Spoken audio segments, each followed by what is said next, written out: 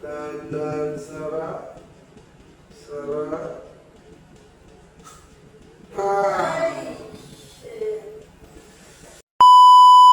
Kailan po nangyari yan? Kailan ba nangyari yan? Last year. Basta pag magagano siya, umiyak siya, 2 beses siya sa akin ng complaint ng gano'n. Hindi ko po alam kung siya. kailan. Hindi, ano ba nangyari? Masakit pag kumakain ako, masakit yung dito. Okay, ganito yan. Yung mga ganyang problem sa jaw, baka clicking lang. Pero sa kanya, pag kumakain daw sumasakit, dapat wala yun. Kakain tayo, oo, may clicking, walang problema. Ang mahalaga, hindi sumasakit. Okay? Tapos, 2 beses niyo na-experience yung lockjaw. Opo, sa akin po nag-complain siya. Ano yung, Tapos masakit ano ang nangyari? ulo niya. Sumasakit ulo mo, that's normal. Pagka masakit na yung dito niya kasi, nagra-radiate yung pag ganyan. Opo, Dito sa umiyak na siya. dito nagra-radiate yung pag ganyan. Tapos pag worse na, meron na rito pag ganyan. Ngayon hanggang saan pa lang umabot yung sakit? Yung huling naramdaman Hanggang mo? ulo lang po. Hanggang ulo lang, wala pa rito. Okay. Kasi marami nang pumunta yan dito. Yung pinaka-worst nga. Kung pag ano no, okay, pero yan, madali lang naman yan. Kaya naman natin yan. Sige, dito. Okay. Nas release. Pero nga sir, kung pag saglit, pag ganon, di ba? Pag ganyan, o kaya pag ganon. Yung impacted ko sa sabi ko, yung isa nakaganon. Nakaganon po, nakakawit yung ibig. Ayun, yun yung inayos, Niya. inayos na. Tinanggal na po. Yun yung sinasabi ko kasi, nagkikreate yun ng sakit ng panga o ng, siyempre sa tulo yun dito yun. Baka akala mo lockjaw.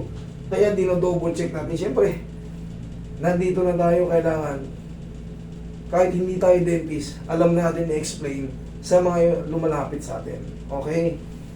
By the way, okay naman na eh. Kaya, lockjaw na yan. Ngayon, pag kumakain ka sumasakit, gano'n ka, yung mas malaki nga, yan na. Okay, sige. Matakot, hindi naman masakit yan. Sige nga. Sarap. Okay. Yan nga, be. Yan nga pa. Dahan-dahan, sarap. Sarap. Ay, shit. Dahan-dahan, sarap. Sarap. Ay, shit. Diyan mo lang. Sarado mo lang. Sarap. Alam nyo, pag tama yung adjustment, matutuwa kayo kasi parang na-release yung pressure. Pero pag dinislocate ko yung panga mo, sa tingin mo, matutuwa ka, makakatawa ka. Hindi ka makakatawa kasi mamamaga ka agad dyan in a few seconds. Pero pag tama yung adjustment,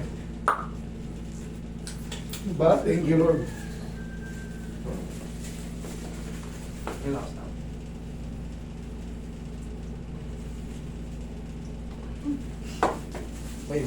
Kailangan humabol yun eh. Pinaka-the best na gagawin mo, paghihikab siya, ma'am. Ikaw, be, ang gagawin mo, palagi ganito, ha? Ha? Paghihikab ka, ganyan palagi, ha? Pagkakain, uy, pagkain! Hindi ka agad. Pagkain, tikman mo muna yung laway mo, parang warm up sa jaw. Kasi may mga pagkakataon, ang tagal natin nakatahimik. Tapos bigla kang chinika. Parang po, Bell's palsy po. Bell's palsy, inaano lang po yan. Minamassage po. Natitreat naman po yan. I-research nyo lang kung ano. Kahit hindi sa akin Pagod ipatreat ako yan. gumagano kasi. Correct, i-massage nyo. Kahit sarili nyo lang i-massage nyo yan. Tapos, may medication para dyan. Hindi yan ordinaryo. Sara. Wala masakit? Wala po. Thank you. Okay? Wala na masakit. Naramdaman mo yun? Nakakatawa. Lakas. Ako narinig.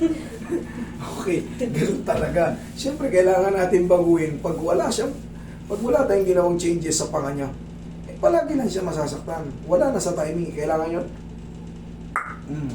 Tapos, okay? Alam mo na, pag mag-ihi ka pa, Ano iyan? kahit double, kunyari, pwede naman ganun lang.